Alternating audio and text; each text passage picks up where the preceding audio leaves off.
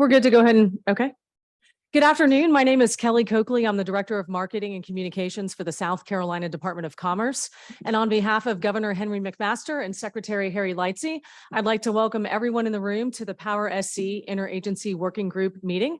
This is the first of its kind for this new effort, which was launched by the governor back earlier this summer in June when he had the Energy Summit. So we're very thankful for all of you who are in the room today to participate in this discussion. A few housekeeping items. This is a closed meeting in that we are not taking comments from the public during the meeting or from the media.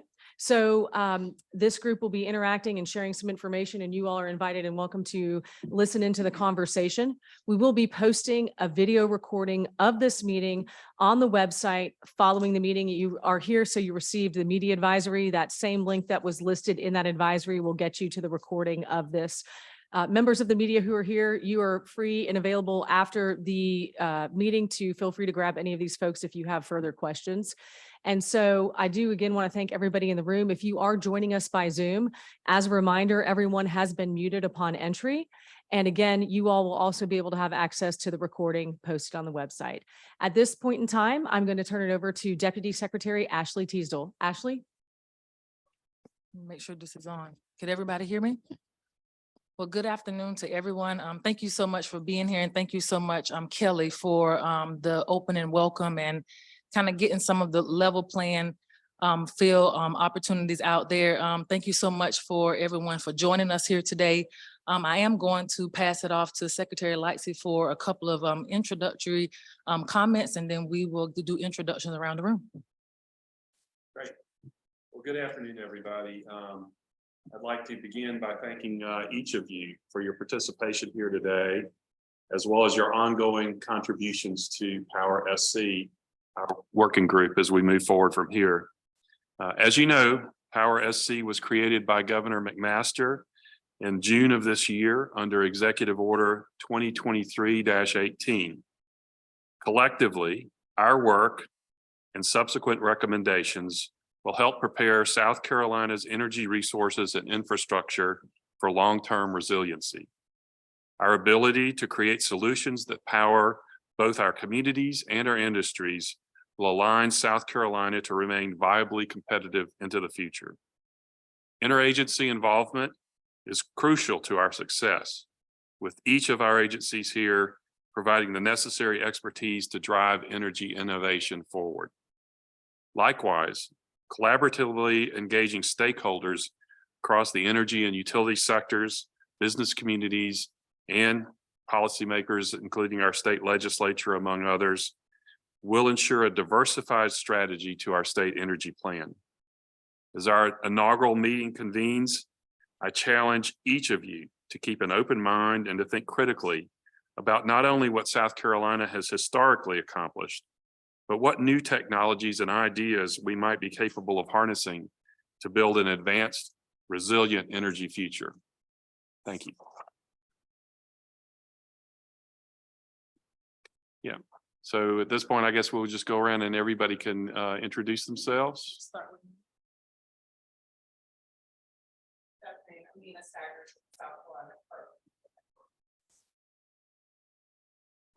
Good afternoon, Alex Butler. I'm with the, forgotten my agency already. Oh, perfect. I'm with the South Carolina Office of Resilience. I'm Molly Price with the South Carolina Department of Labor Licensing and Regulation. Good afternoon, and with the South Carolina Office of Regulatory Staff.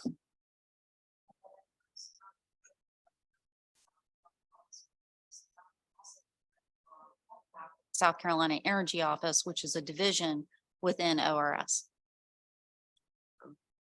Good afternoon, I'm Mara, the Environmental Director for the South Carolina Department of Health and Environmental Control. Good afternoon, everyone. I'm Regan Riggin. I'm the Director of the Office of Environmental Programs for South Carolina Department of Natural Resources. Good afternoon. I'm Justin Powell, Chief of Staff at the South Carolina Department of Transportation.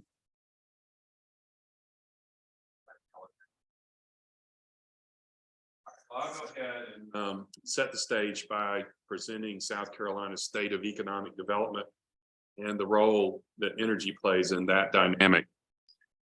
We're coming off a period of record recruitment And Commerce is thoughtfully evaluating how prospective companies align with our state's resources and our strategic recruitment strategies. There's no arguing that we're in the midst of arguably the most transformational period of our lifetime. Subsequently, companies' needs are quickly evolving and are vastly different from what they have been in the past. As state leaders, it's imperative that we take a step back to evaluate how companies' energy needs are also changing. To remain competitive in the economic development landscape, it's critical that we anticipate these needs and prepare appropriately. Already this year, Commerce is seeing prospective companies with big power requirements. Realistically, having a prepared energy infrastructure is the only way to be competitive in this recruiting process moving forward. We prepared some numbers to put things in perspective. Since the beginning of 2022 to date, South Carolina has announced 174 economic development projects totaling $15.87 billion in capital investment in our state, and 4 of these investments were each $1 billion or more. To parse out these 174 projects further, excluding battery-related operations, this includes 8 electronic vehicle or EV-related projects totaling $4.39 billion in capital investment. And we have 7 battery-related projects totaling $6.29 billion in capital investment. 8 technology-related or driven projects as defined by our current incentives regulations totaling over $750 million in capital investment, and 4 projects related to solar energy totaling $337 million in capital investment. Macro industry trends and reshoring are helping drive more advanced high-tech businesses to South Carolina, and these operations are not without immense power requirements. Electric vehicle and EV component manufacturing has emerged as one of the U.S. economy's fastest growing sectors over the past year. And I'm proud to say that South Carolina has aggressively competed for these opportunities, especially among Southeastern competitors where much of the country's EV investment and activity has been focused. I'd like to preface the following statistics by saying that our figures are estimations based upon industry research. However, total energy usage varies greatly per project. A typical EV battery company has a load of approximately 80 to 100 megawatts, which is roughly the equivalent to powering 40 to 50,000 homes. Some of our biggest economic development announcements over the past year, each expected to transform the local communities in which they're in and create thousands of jobs, are anticipated to fall roughly within this range of annual megawatt consumption. Distilling these numbers, that means that some of our newest major employees could require millions of megawatts each year. It's also worth acknowledging that South Carolina's prowess in automotive manufacturing and now EV-related production has garnered significant interest for the state.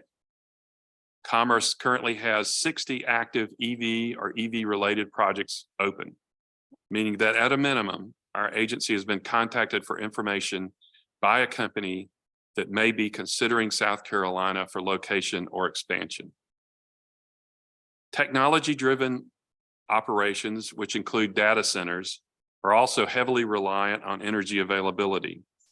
Over the past year, Commerce announced 2 new data centers in the state, together accounting for nearly $300 million in capital investment. And finally, solar panel component producers can require hundreds of thousands of megawatts. Commerce has announced 2 solar panel component producers in the past year, totaling just under $100 million in capital investment. As an aside, just yesterday, I would note that we received an RFI, which is very preliminary, of course, but it is kind of staggering. This RFI requested information on sites that we could deliver in the state of South Carolina that could deliver a load of 1,200 megawatts for one project. As Nanette just informed me, that's the equivalent of a nuclear power plant just by itself, which is really incredible to think of.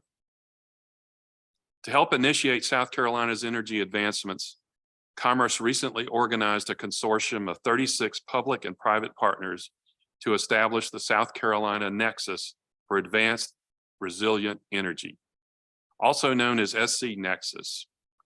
SC Nexus will target innovation and efforts geared towards enhancing energy generation, distribution, and storage. Earlier this month, SC Nexus applied for designation as one of the U.S. Department of Commerce's Economic Development Administration's 20 regional technology and innovation hubs.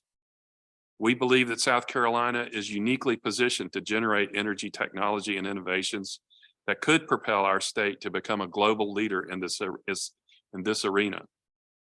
The prospect of achieving Tech Hub designation and the subsequent opportunities to pursue federal funding validates powerSC's mission and provides our agencies the support and synergy necessary to make progress.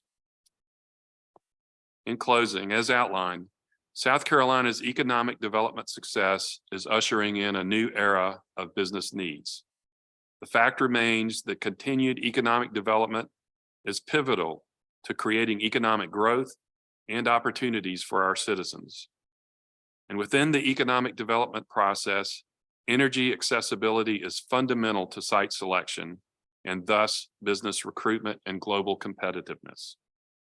While Commerce continues recruiting new businesses to create long-term economic opportunities for South Carolinians, we're seeing these companies become increasingly automated, increasingly high-tech, and as such, requiring more energy than ever before.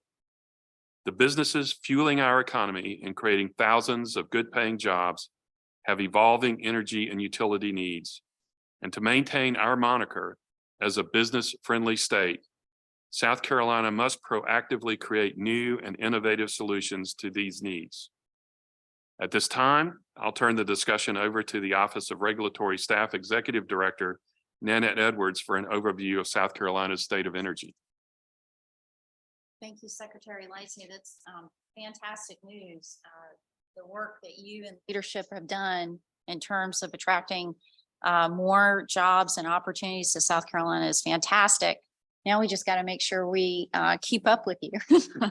Well, good afternoon. And actually, I'm going to go ahead and turn this around. I know many of you. Yeah. I know many of you, but not everyone. And I'll take a moment in a few minutes and introduce the agency that I work for. But first, good afternoon. I look forward to working with each of you. On behalf of the South Carolina Office Regulatory Staff, we say ORS, and the South Carolina Energy Office. This is a great opportunity, I believe, as state agencies for us to work together on behalf of the state. I am going to take a moment, reference the governor's executive order that Secretary Lightsey mentioned. And I'm just going to read a moment. I think this kind of sums up what we are to do. The executive order provides that we are to develop comprehensive short and long-term plans to ensure that South Carolina has sufficient energy capacity and readily available generation, distribution, and transmission resources to account for anticipated increases in consumer demand and facilitate future economic development, while also simultaneously advancing responsible environmental stewardship, enhancing resource diversity and productivity, promoting technological innovation and investment, and minimizing energy-related costs for consumers and ratepayers. I am confident that working together, we can develop a set of recommendations that will best position South Carolina to power its future growth while maintaining a reliable, diverse, affordable utility service for our consumers in South Carolina. With that, I'm going to go ahead and just give a moment. The ORS was formed by law in 2004, but opened its doors January 1, 2005. Our agency represents the public interest, and that's all customer classes. So the using and consuming public with respect to utility services regardless of that class of customer. So that's residential, commercial, and industrial, and preservation of continued investment in and maintenance of utility facilities so as to provide reliable, high-quality utility services. Now, the Energy Office is an office within the Office of Regulatory Staff. The Energy Office is funded primarily through the U.S. Department of Energy, federal funds. They have a program called the State Energy Program. Each state in the United States has a state energy office. Their mission is to promote energy efficiency, renewables, and clean transportation. They also have the responsibility for developing the state energy plan. We do have a state energy plan. It was developed in 2016. And from that point forward, they've continued to implement the recommendations on that 2016 state energy plan. But I have some good news. Our energy office has received additional federal funding, so that we will be in the position to update and refresh our state energy plan. And they plan to do that over the next coming years. Now, with regard to that state energy plan, there is within the statute a direction on how we develop that state energy planning. The statute provides that they are to maximize environmental quality, energy conservation, and energy efficiency, and minimize the cost of energy throughout the state. So the Energy Office is, again, housed within ORS. They came over July 1 of 2015, but they are primarily funded by federal funds from the U.S. Department of Energy. Now, both ORS and the Energy Office play a significant role in our energy policy and regulation in South Carolina. The Office of Regulatory Staff acts as a regulatory body. The Energy Office does not. Now, turning to our regulatory landscape, our energy landscape, we have 3 large investor-owned utilities, or we call IOUs, and 1 small private investor-owned utility, Lockhart Power. Our 3 large IOUs are Duke Energy Carolinas, Duke Energy Progress, and Dominion Energy South Carolina. South Carolina is unique. We also have a public power, a state-owned utility, Santee Cooper, who also provides generation, transmission, and distribution. We have a large number of electric cooperatives in our state, including Central. We have 21. The electric cooperatives are largely distribution cooperatives. Central does have G&T, or generation and transmission. In our language, you hear us say D for distribution, G for generation, and T for transmission. Now, we also have an interconnected transmission system. What I mean by that is, unlike, for example, if you followed the events in February of 2021 with Texas and the extreme winter weather event that they unfortunately experienced, our transmission system is interconnected with our neighbors. And in fact, Duke Energy Carolinas and Duke Energy Progress have plants in both North and in South Carolina. They have a dual system. Their companies operate in 2 states. And so we have the ability, because our transmission system is interconnected, we have the ability to generate power and share it with our neighboring utilities. And likewise, when there's power available and it makes economic sense to do so, our utilities are able to purchase power. You can see from the graph, it kind of gives you a percentage. Our investor-owned utilities are roughly 56%, 31% as the electric cooperatives as a group. Municipalities, we do have several electric municipal cities. We also have some natural gas authorities as well. And then, of course, we have Santee Cooper. Now, one question that is often asked is, what do we generate in South Carolina? So we physically have plants that generate electricity in South Carolina. And if you were to ask, well, what are the different forms of generation that we have? We have 4 nuclear plants or 7 operating nuclear units. That is a large portion, as you can see, 2022 generation, nuclear 66%. You can see coal is 13%, natural gas roughly 18%. Well, really closer to 20 CT, and that's combustion turbine CC. What we have, if you were to have looked at this same chart back in 2005, you would have seen a slightly different picture. You would have seen still a large amount of nuclear, but you would have also seen larger amount of coal-fired generation. You would have actually seen less natural gas. Natural gas we do not have wellheads where we can produce natural gas in South Carolina. All the natural gas that we use for electric generation comes to us through pipelines or LNG, liquefied natural gas. So while from 2005 forward, we have evolved to using natural gas as a way to generate electricity. When I first started in my position or at the Office of Regulatory Staff, it was really, you had natural gas for the use of, for example, manufacturing. I can remember peanut farmers using natural gas. So we've really evolved from that time period to today.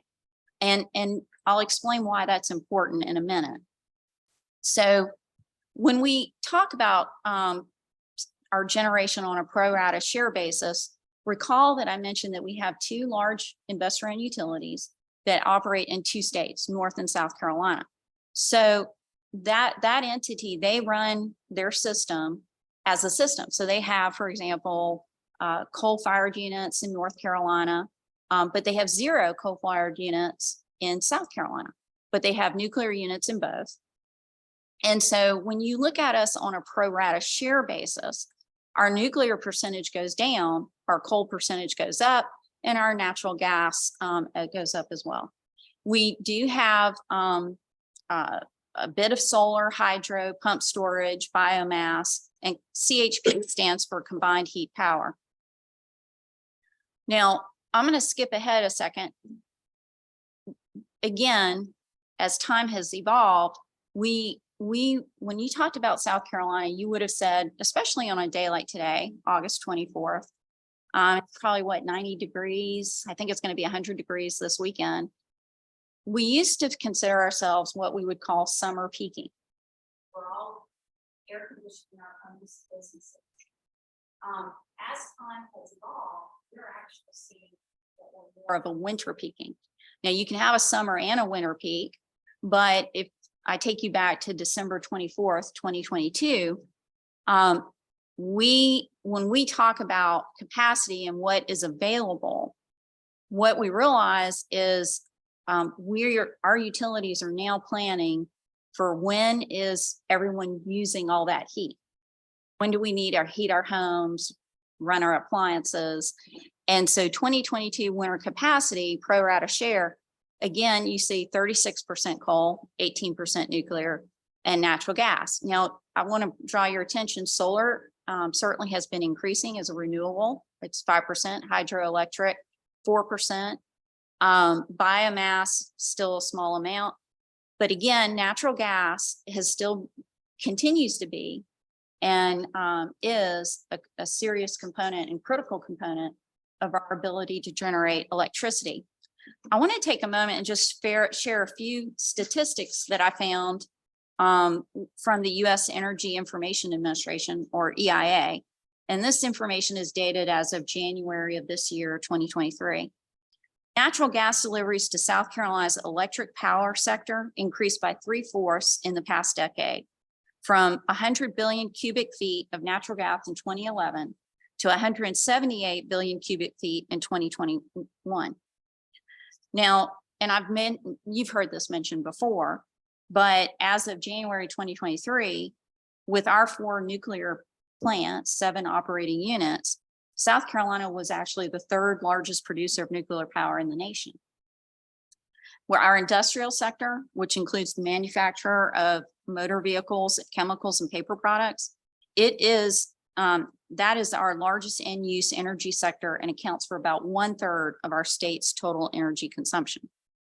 So with that population growth, with economic growth and development, we are seeing a challenge that how are we going to meet this existing load and any new load that we are bringing on?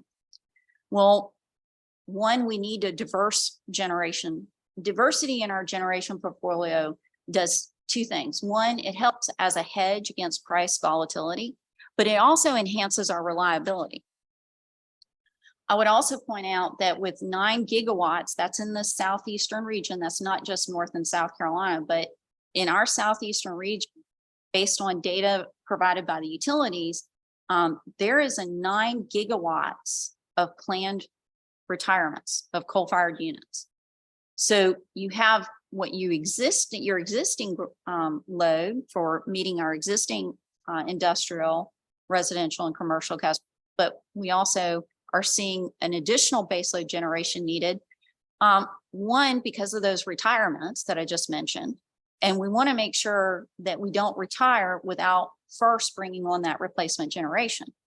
The other issue, and I know Justin will acknowledge this one, is we are facing a new opportunity where more and more consumers are going to choose electric vehicles as opposed to gasoline fueled vehicles. Well, that means, again, a more need for additional baseload generation. Earlier this week, my office was participating in a case before the Public Service Commission of South Carolina, and I heard industrial customers and natural gas marketers explain why that we need additional natural gas pipeline capacity in South Carolina and really in the Southeast. That is critical to our reliability. It's also critical for our growth. Now, I would finally just point out that, like everything else, you have to kind of balance. There is a cost. There is land use, infrastructure, and regulation. So transmission lines, pipeline development, they are capital intensive, they are expensive, and they, to the extent that you're on greenfield or new areas, that means that is involving land use. So we want the best use of our land resources. We have to be cognizant of affordability. And finally, just to round out all our challenges, you do have proposed regulations, both at the federal and the state level, that impact and feed into the critical decisions that the utilities and other power producers will make for the future in South Carolina. It is interconnected, to say that. Finally, those are our challenges. But we do have the opportunity to meet those challenges in several ways. One is an all of the above approach. By keeping all our options on the table, that gives us the flexibility to plan and meet those strategic retirements with new generation, but to do so in a way that's balanced and moderate for our state and for our citizens. The state energy plan, again, we're excited about that opportunity, the funding that's been provided to the state energy office. There's going to be an opportunity to collaborate, get all our stakeholders together, and to update that state energy plan. Finally, streamline processes to support expansion. This working group has a unique opportunity as our agencies. I know my business, but I don't, for example, know DHEC's business. As each of our state agencies, as we interact or intersect with power infrastructure, power, expanding the infrastructure and the generation needs of our state, there is the opportunity for us to review our regulatory processes and procedures to streamline them and to update them, to streamline them, to be more beneficial to the state as a whole. Finally, there is always the opportunity to cut back. So cost-effective energy efficiency is something that we should not leave behind as well. We should keep that at the forefront. As we move forward, we should leverage our South Carolina resources. We do have existing right-of-way and infrastructure. For example, I mentioned those retirements.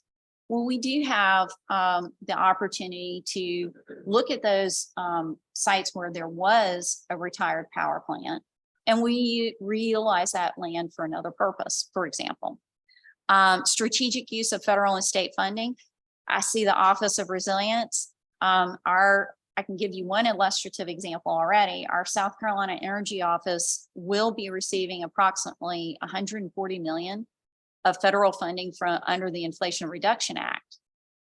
And I'm excited that our energy office is partnering with the Office of Resilience so that those rebate programs that will enable low to moderate homeowners to be able to add to the energy efficiency of their home and thereby reduce the cost of their power. That partnership, if you will enable us to be more effective in the administration of those dollars.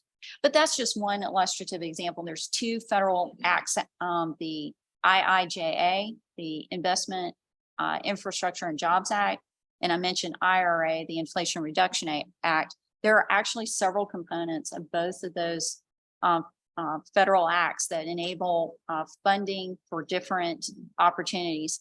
Another one that just comes to mind is the Green Bank, which is another opportunity under one of those programs. So in closing, I would just say that I'm excited to participate and work with you. As the governor has quite often said, and I have it right here, communicate, coordinate, and collaborate. With that, thank you. And I'm going to turn it to Andrew Bateman. He is going to give an overview of the governor's executive order.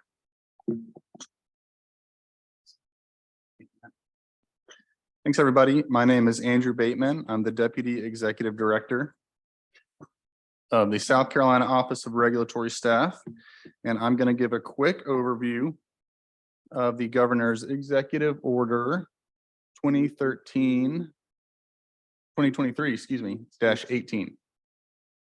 But before we start with that, and I think you've all got hard copies of the executive order in front of you. Before we start with that, I want to back up for just one quick second. The executive order was issued on June 9th, 2023, which was the same day that many of you were probably in attendance to his Energy Summit. The Energy Summit actually took place downstairs. It was a really successful event. It brought together leaders, legislators, policymakers from around the state and really from around the Southeast to discuss the unique position that South Carolina is in, the tremendous economic development that's occurred thanks in large part to Secretary Lightsey, his staff, and Governor McMaster and his staff, and the challenges, the energy challenges really facing not just South Carolina, but the nation as a whole. At the conclusion of this Energy Summit, Governor McMaster then signed into order the Executive Order 2023-18. But I wanted to give that Energy Summit as really the backdrop in context, because it speaks, I think, a lot to what the governor was really trying to achieve when he issued this Executive Order 2023-18. So with that, I'll jump in. And a little bit of also background about executive orders. I'm not sure who has had a chance to read it, who has had a chance to read other executive orders, but just quick context, oftentimes executive orders are comprised really of two parts. You've got the whereas clauses and the now therefore clauses. And the whereas clauses really give context, they give facts around the direction in which the governor is trying to point. And then you've got the now therefore clauses, which are really the calls to action. So the whereas clauses give you good context, it gives you very substantive information, but the calls to action really typically occur in the now therefore clauses. Now, in Governor McMaster's Executive Order 2023-18, there were 23 whereas clauses. So in the interest of time, I'm not going to go through every whereas clause. I have excerpted in this PowerPoint section 7 of the whereas clauses. I'm happy to talk with anyone about any of the other, whatever 23 minus 7 is after this meeting. But just in the interest of time, got to run through those 7. What I will do, though, is when we get to the now therefore clauses, we will go through all of those substantive clauses, because that really is where the governor has this sort of call to action for the powerSC team. So this actually, if you look at your hard copy, this is the first whereas clause. It's a good introductory summary of what the governor, I think, is really trying to accomplish with powerSC. It discusses the need and the criticality, broadly speaking, of the energy interests in South Carolina. I'm going to read just a bit of it. The state of South Carolina has significant interests in ensuring the safety, security, efficiency, affordability, reliability, resiliency, and sustainability of the state's energy resources, as well as enhancing and diversifying South Carolina's power production capacity. Now, if you attended the Energy Summit on June 9th, much of this will sound familiar to you. I think that was really a driving push of the Energy Summit, and this is the initial whereas clause. The next couple whereas clauses, and I only exerted one of them, really speak to the tremendous growth of the economic development and the tremendous job that the Department of Commerce and Governor McMaster have been doing the past 5 years. I only exerted one of those, and I'm going to read just a bit of it. Over 700 economic development projects announcing more than $32.5 billion in investment in the state since January of 2017, collectively representing approximately 81,000 new jobs. Now, there are a couple of whereas clauses which really highlight the economic development in South Carolina, and I think that really speaks to the unique position in which we find ourselves, and frankly, the enviable position in which we find ourselves. And that's, again, in no small part thanks to the efforts of Department of Commerce, the governor, other legislative leadership in the state.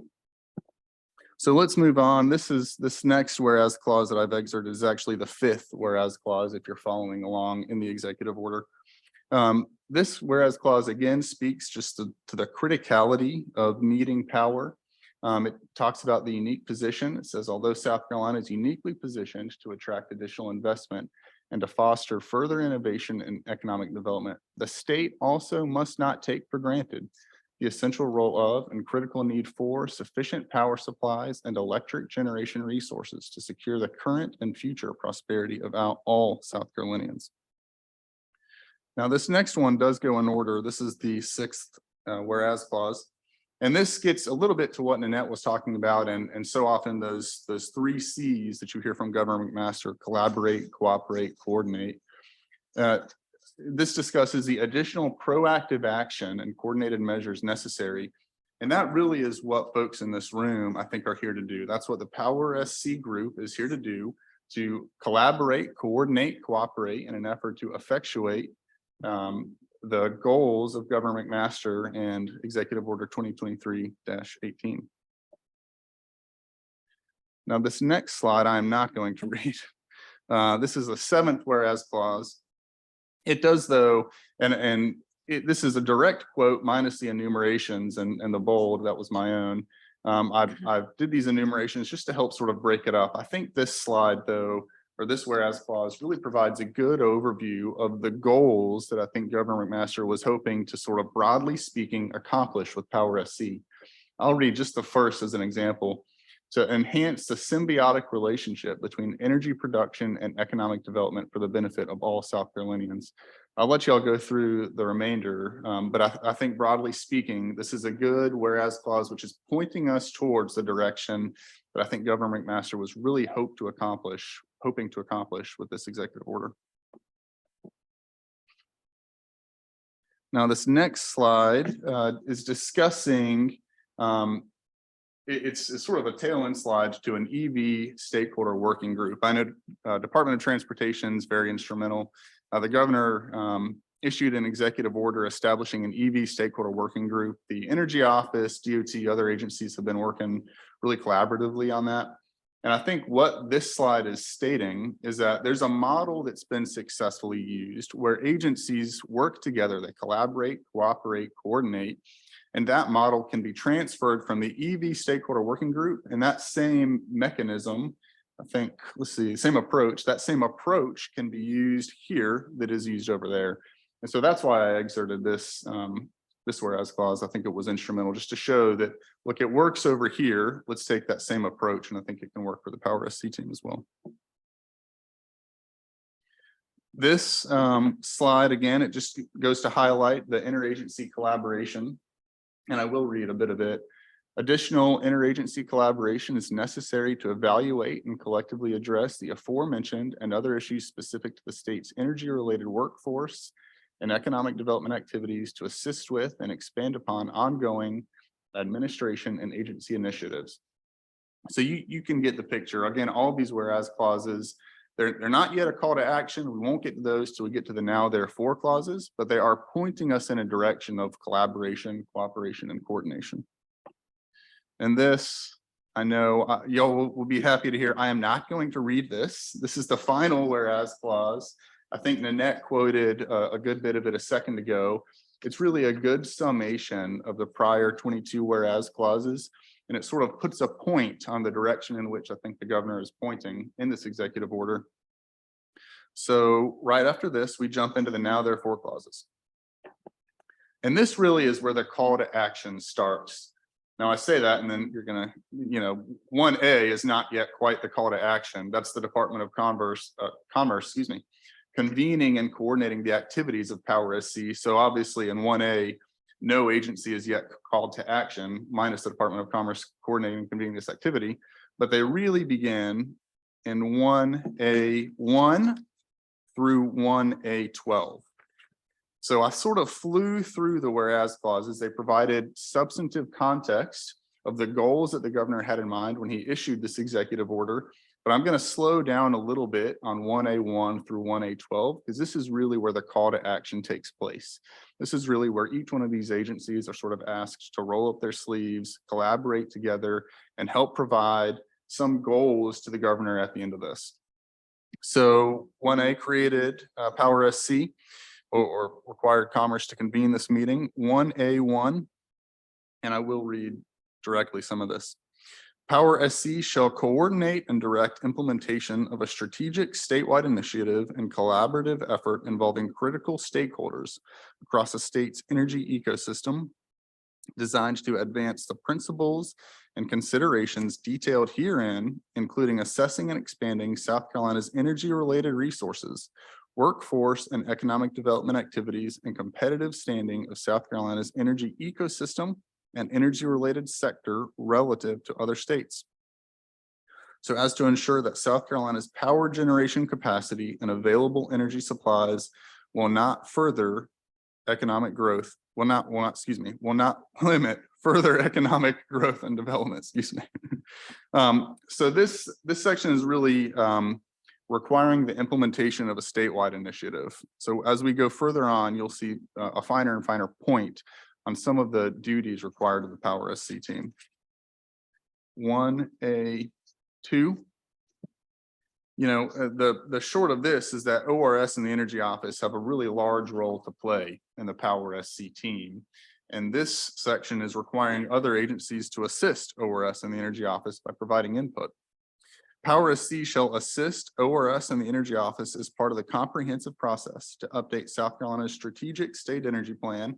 And this is what Nanette was talking about just a second ago, by providing input regarding the requisite scope of work and by offering agency-specific perspectives and policy recommendations regarding the manner in which to account for and balance various considerations pertaining to the state's energy resources, including economic development, demand forecast, and generation diversity, as well as broader interests involving energy affordability, conservation, efficiency, reliability, resiliency, safety, security, and sustainability. 1A3 and 1A4 are both a bit shorter. I call 1A3 sort of the utility provider piece. powerSC shall explore the feasibility of facilitating additional coordination between and among the state's utility providers to increase energy production capacity in a manner that would maximize economies of scale and minimize price variability and volatility. 1A4 deals with the introduction of new technology and opportunities. powerSC shall assess any existing or anticipated technologies or opportunities to incorporate additional natural gas pipeline for generation capacity and nuclear power production into the state's current generation mix to increase the diversity of South Carolina's energy resources. 1A5 deals with the identification of funding sources. powerSC shall identify loans, grants, and other funding streams available to the state or political subdivisions or agencies, departments or entities thereof, or to private parties pertaining to the construction, development, or deployment of new energy generation facilities or other energy-related resources, technology, and infrastructure. 1A6 deals with the evaluation of economic development mechanisms.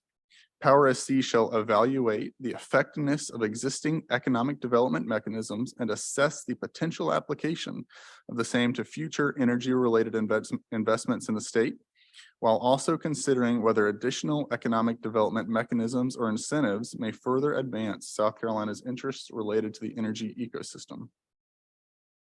1A7 deals with the analysis of currently in process permitting processes, which Annette spoke a bit to. We understand the ORS and the commission permitting processes. We may not understand DOTs or DHECs nearly as well. So powerSC shall analyze any state licensing or permitting processes governing the construction, operation, or expansion of energy-related infrastructure and facilities, and identify any opportunities to reform or improve the same, including considering the feasibility of state agencies concurrently reviewing any relevant permit applications rather than initiating state-level review upon completion of any applicable review by federal agencies, and evaluating whether any existing state-level application processes can be streamlined, accelerated, or otherwise modified to be more efficient, while still providing sufficient time for appropriate environmental review and analysis and maintaining responsible stewardship of the state's natural resources. 1A8 deals with state building codes.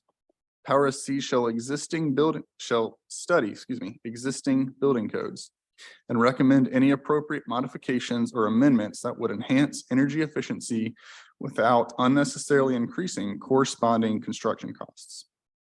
1A9 deals with conferring with stakeholders.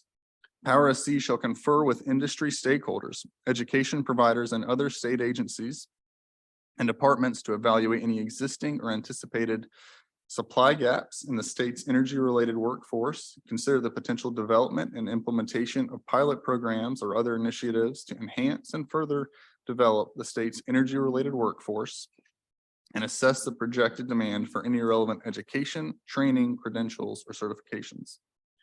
1A10, and we're almost through them, deals with collaboration. powerSC shall collaborate with federal, state, and local agencies, departments, or entities as necessary and appropriate in furtherance of the interests and objectives identified herein, including recommending and advocating for federal actions that would address any existing barriers to the creation or expansion of the state's energy resources. 1A11 deals with the reviewing recommendations from the Market Reform Measures Study Committee. powerSC shall review any evaluations and recommendations produced by the Electricity Market Reform Measures Study Committee, Joint Committee on the Electrification of Transportation, or other similar legislative committees, and provide input to those bodies as requested or otherwise appropriate on matters of mutual interest. And 1A12. This is sort of the final call to action in this now therefore clauses. powerSC shall report to the undersigned any recommended modifications or amendments to state laws, regulations, policies, or procedures that may be necessary or appropriate to facilitate or accelerate the adoption or implementation of the energy-related strategies and initiatives set forth herein. So that's in sum the 12 sort of calls to action. Now there are additional clauses after the now therefore. There's B, which sort of enumerates or lists out the agencies which are members of powerSC. There's C, which again discusses working collaboratively together. D and D is a little bit different, and I'll read just sort of the highlighted section there. powerSC shall proactively engage with and solicit input from the public to ensure that any recommendations or proposals are made in consideration of and for the benefit of public needs and purposes. So there is an explicit requirement that powerSC solicit input from the public. Now the remaining clauses, and I've got them in this PowerPoint, the remaining clauses are the clauses that are typically fairly boilerplate in an executive order. So I'm not going to spend significant amount of time on those. But I do want to conclude by saying, as I read through each of those 12, I think everyone who's here on behalf of an agency saw particular strengths that your agency can bring to the table, whether it's reviewing permitting processes and finding some synergies that could exist, reviewing building codes perhaps. I mean, I think everyone in this around this table brings certain strengths that can help us accomplish these goals. So I wanted to conclude by saying, you know, I'm a public servant. Nanette's a public servant. I know we are excited about getting to work on this, and let's get to work. So with that, I'll turn it back over to Nanette, Secretary Lightsey, Ashley. Thank you so much to through for those overviews. I do understand that was a lot. That was a lot to absorb and to take in. But I do want to kind of level set with this group that it was very intentional in terms of how we wanted to really go through some of the foundational pieces of how we got here. I think that's extremely important to understand just the foundational pieces of economic development, what we're seeing for the future, and what do we need to do to make sure that the state remains competitive as well as sustainable. But to also give a good understanding of the state of play of energy. We didn't want to take for granted that everybody understood that. So I think it is important to kind of just, before you take a deep dive into what we're going to do as a group collaborative, it's good to just kind of take a step back and really understand where we are today. So that was the purpose of that. We are going to now transition into hearing from the various agencies for a few minutes. They're going to talk a little bit about their role in the energy space, share a little bit of their expertise, and give any comments that they would like. So from there, we're going to start with Nina Staggers with Du.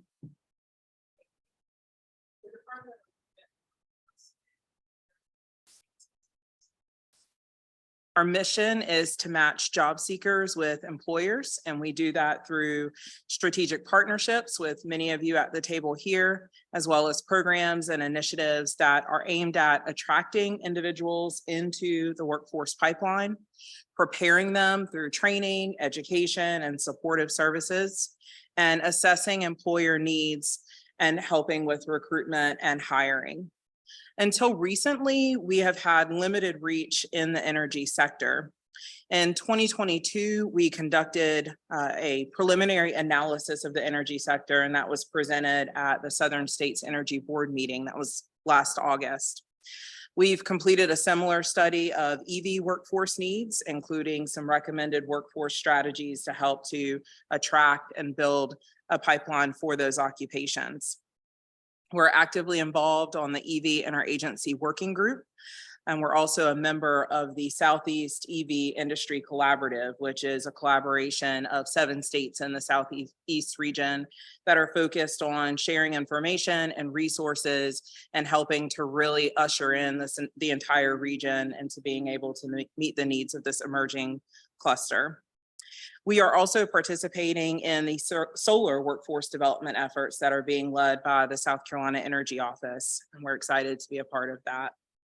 In terms of some of the assets and expertise that we can bring to this effort, certainly one of those is the wealth of data that we have access to through our labor market information division. We're able to do further analyses of labor market conditions, looking at current and projected needs for this industry. So item number 9 in the executive order and the now therefore clauses, I think we could certainly play a significant role there with the access to data that we have. We also have a robust portfolio of workforce programs, and I mentioned the strategic partnerships that we forge that could be leveraged to build talent pipelines into energy sector occupations. And then lastly, we house the Coordinating Council for Workforce Development and the State Workforce Development Board, which are convening bodies to bring together a variety of programs and partners and industry voices into what the needs are in terms of workforce development. So we're looking forward to participating in this interagency working group and being an active contributor to meeting the call of the executive order. Thank you. Hey, good afternoon. The Office of Resilience exists to lessen the impact of natural disasters to life and property of the people of South Carolina. And we really define resilience as the ability of the economies, ecosystems, and communities of South Carolina to anticipate, absorb, recover, and thrive when they're presented with environmental change and natural hazards. And certainly, power distribution is considered a lifeline to many of those operations. Our involvement in the energy sector is really kind of evolving now. We're involved with a partnership with DHEC, looking at a carbon pollution reduction grant, a planning grant that we're partnering with them. We're working on a solar for all application that would help to bring solar in to some low to moderate income folks. And then again, partnering with the Energy Office to see how we can do energy efficiency upgrades to LMI homes. Our expertise, we just wrapped up our development of the statewide resilience plan. I think there's going to be a lot of overlap in how this planning effort would work with that planning effort. There's a lot of the data sets that we look at that will overlap with what y'all would be looking at, land use, population information, how that all ties together, and making sure that as we develop this new energy infrastructure, we're doing it with that forward-looking component to be thinking, well, how are things going to be 50, 100 years from now, not just from the economic sense of things, but from the physical environment as well. So my name is Molly Price, and I am the program director of the Building and Environmental Boards at LOR. And I guess our unique role in this would be with the building code adoption process for South Carolina. So we oversee through the Building Codes Council, the code adoption process for all of the building codes statewide. And we do that in a way where we take the international codes and we modify those to the needs of South Carolina.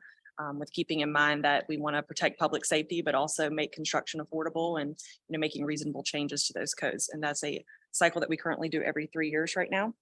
We also license the code enforcement officer statewide who would handle a lot of the permitting we were talking about for solar and things like that as well. We have the South Carolina Boiler Safety Program, the South Carolina LP Gas Board, all of which have energy needs as well that play into this. And also we have OSHA who ensures safe operation of some of these activities as well. Afternoon again, and I just want to say how excited we are to be here at the table and be part of this collaborative effort. I think it's just going to be a great opportunity for our state and to really, again, look at the synergy between economic development and the reliability, but also doing it in a way that's protective of our beautiful natural and environmental resources. And so I think that's how we can really contribute to the conversation. This conversation as far as energy goals for states and how to best go about that through the regulatory framework is really a topic of discussion for all states and nationally right now. And I think with us being plugged in nationally, we can identify some best practices. I know that even from a federal perspective, they're looking at gaining some efficiencies in the permitting process. We've heard so many times over and over again that the permitting processes at all levels, whether it's federal, state, or local, can delay significantly some of the energy projects.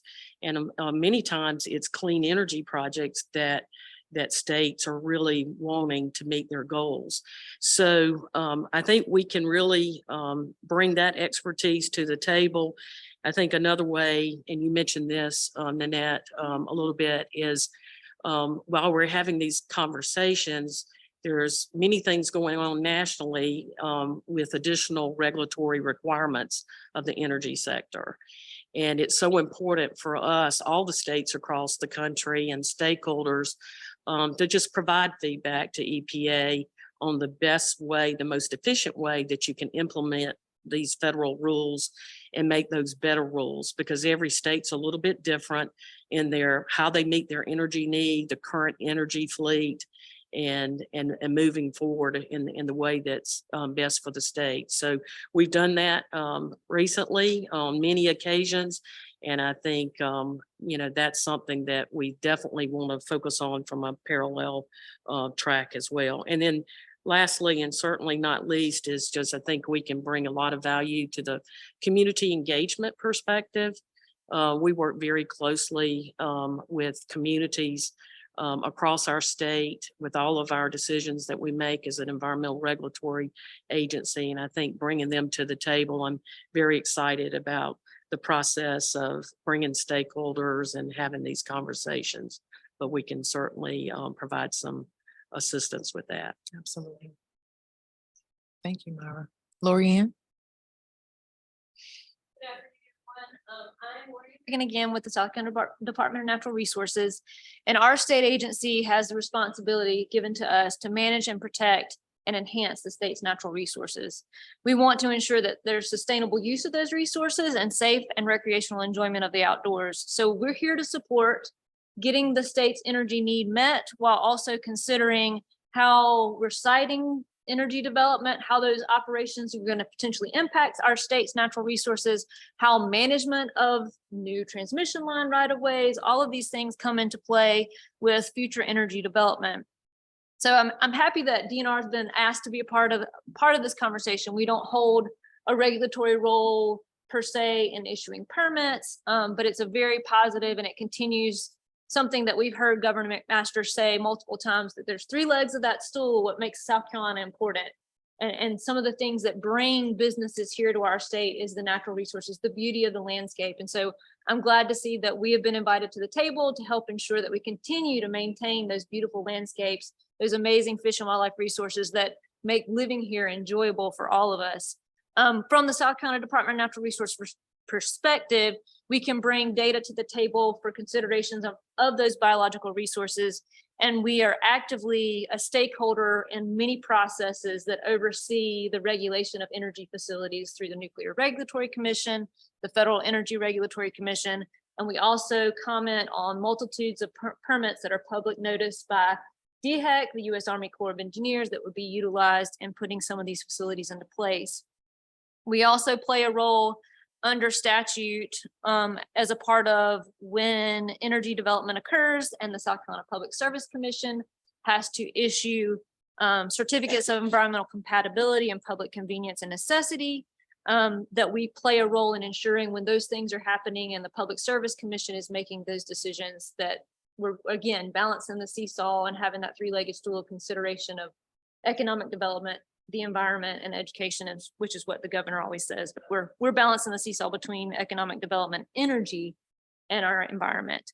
And lastly, I will add that we have been under the South Carolina Solar Habitat Act. The state DNR has been given the authority to provide a voluntary program for solar sites to become certified solar habitat. And so the DNR developed technical guidance for putting wildlife and pollinator friendly habitat in solar sites. So that's another thing that we can bring to the table. So we appreciate the opportunity to be here and support this group. Chief Justin? Thank you, Deputy Secretary Teasdale. First of all, I think we really appreciate Governor McMaster's leadership.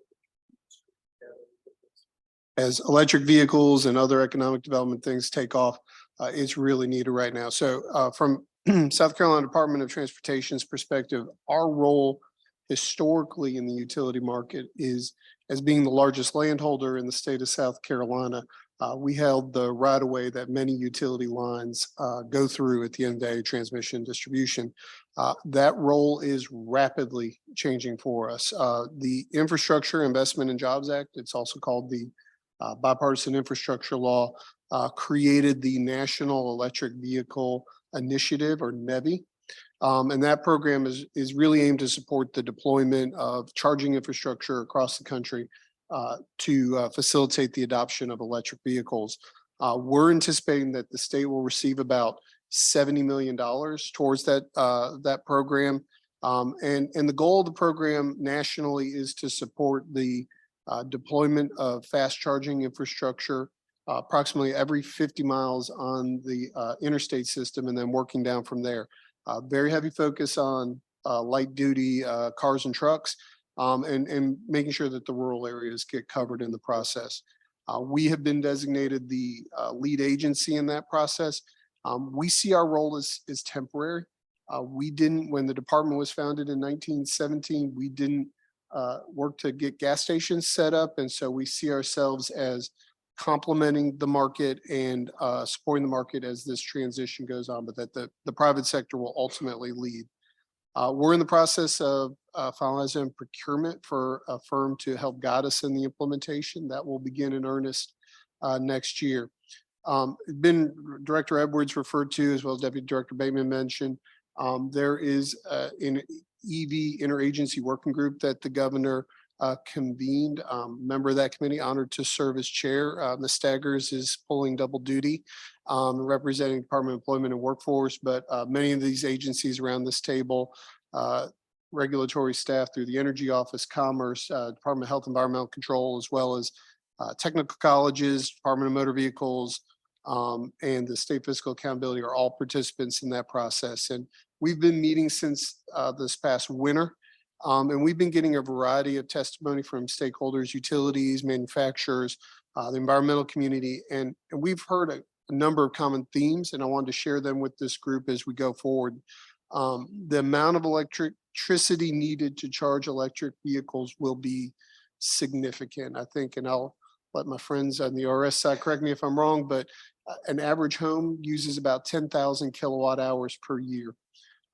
An average electric vehicle uses 4,000 kilowatt hours per year to charge a normal vehicle. So you will just see that it's more than just deploying chargers. It's going to be talking about more generation, more transmission, more distribution if we're going to successfully electrify the fleet.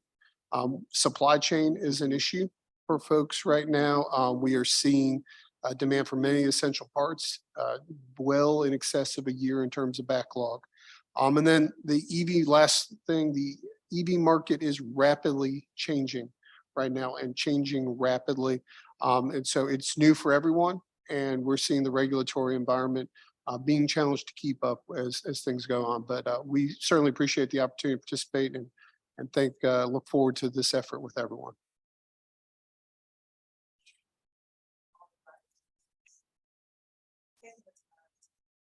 Just a brief overview of what your agency does and the role that it plays in the energy as well as the economic development arenas. I think it's extremely important to also hone in on what everyone said is this is a very unique opportunity for us to work together. And, I am a big believer that, you don't necessarily recreate the wheel, but I heard a lot of things that's already happening that we all can take advantage of and bring to this conversation in terms of what next steps look like and what next action steps look like. So as we talk about next steps and what does that look like for this group, I am going to pass it off to Nanette and she's going to lead us into that discussion.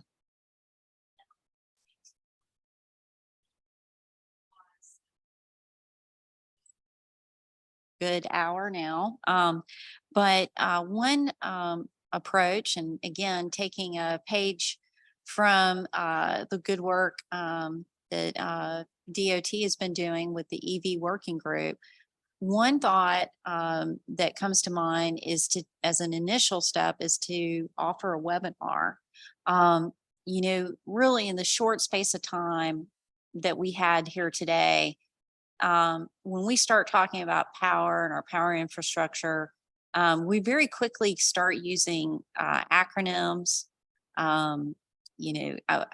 It occurs to me, and again, taking a page from DOT, if we could maybe take about 45 minutes to an hour and just kind of level set the terminology that typically you see used by our utility providers, our power providers, when we talk about a kilowatt hour, when we talk about reserve margin.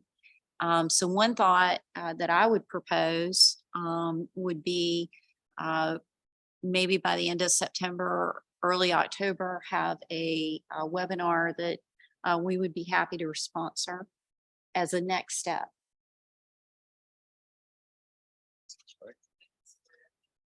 Thoughts from the group? I see a lot of head nodding. Yes, head nodding. Okay.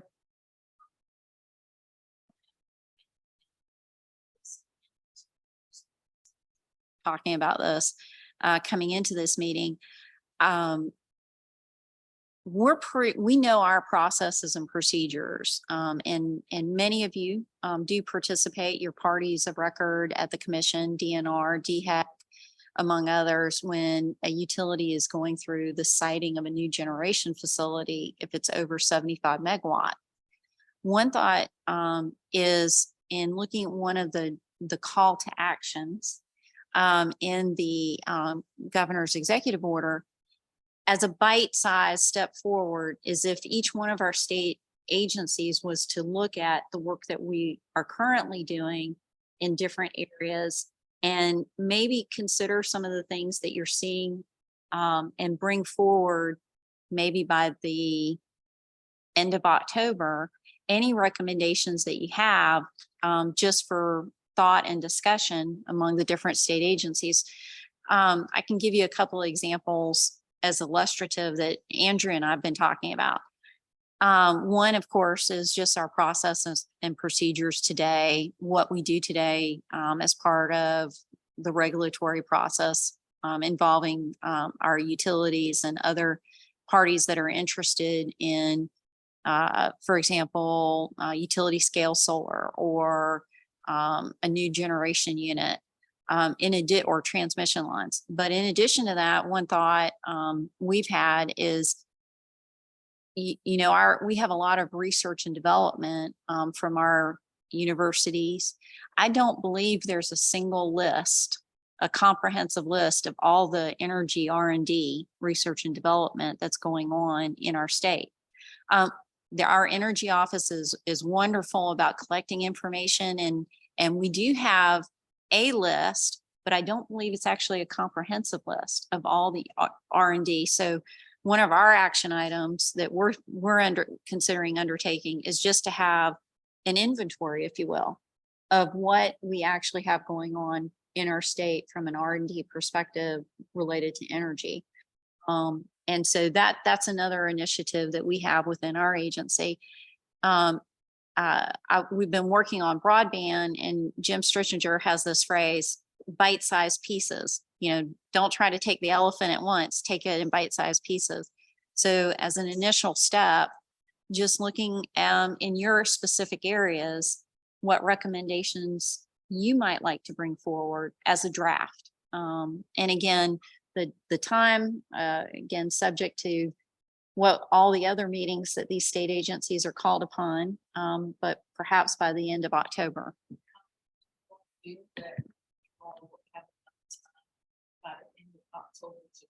To your internal teams, have some discussions around this particular conversation and maybe submit a few recommendations on what your agency could do by the end of October, early November. Do you think that's a reasonable time frame? Yes, okay. Right. I do have a quick question, Ashley. If the idea is to have recommendations to meet all these needs for the state, what's the overall timeline for powerSC to get to that finish line? That's a good question.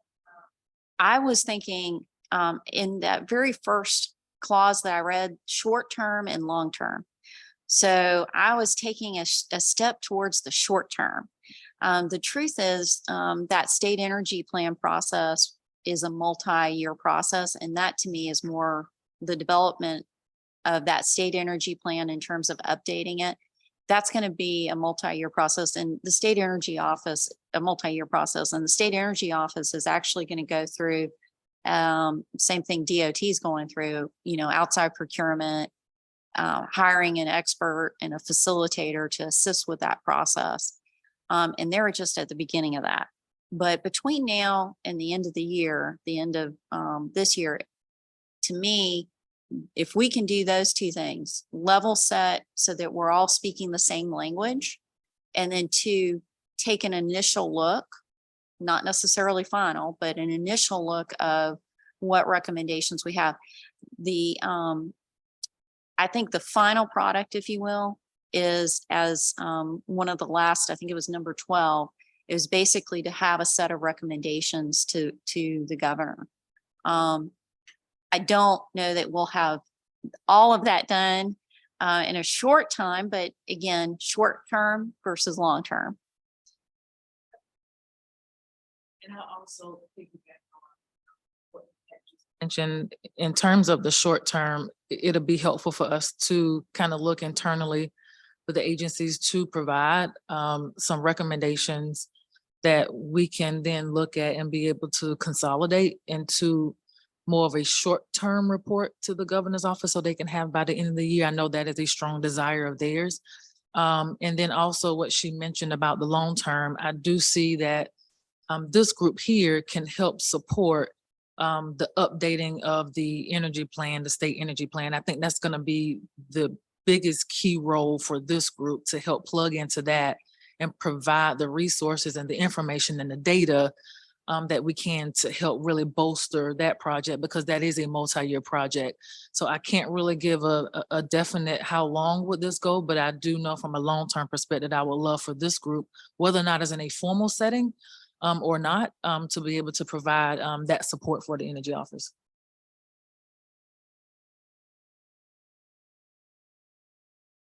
Okay. Well, I think we have agreed upon kind of some preliminary next steps. And before I turn it back over to Secretary Lightsey for just a final adjournment, I do want to thank everyone for being here. We do have some good path forwards as we go forward with collaborating on the effort that has been laid at us to be able to accomplish. I do want to make just a final reminder to this group. I will be sending a follow-up email to the group, just summarizing today's meeting, some of the short-term and long-term goals, as well as some of the deadlines that we had in terms of submitting your recommendations from your agency. And I also want to remind our listeners today that are tuning in, as well as those who came in person. If you have any questions, any comments, please feel free to stay connected with powerSC on our website. So we do have a page on our website, as well as you can submit any questions, comments, and or ideas and suggestions to powerSC@scommerce.com. I'll respond to those emails directly, along with my colleague, Brittany Ware, who is in the back.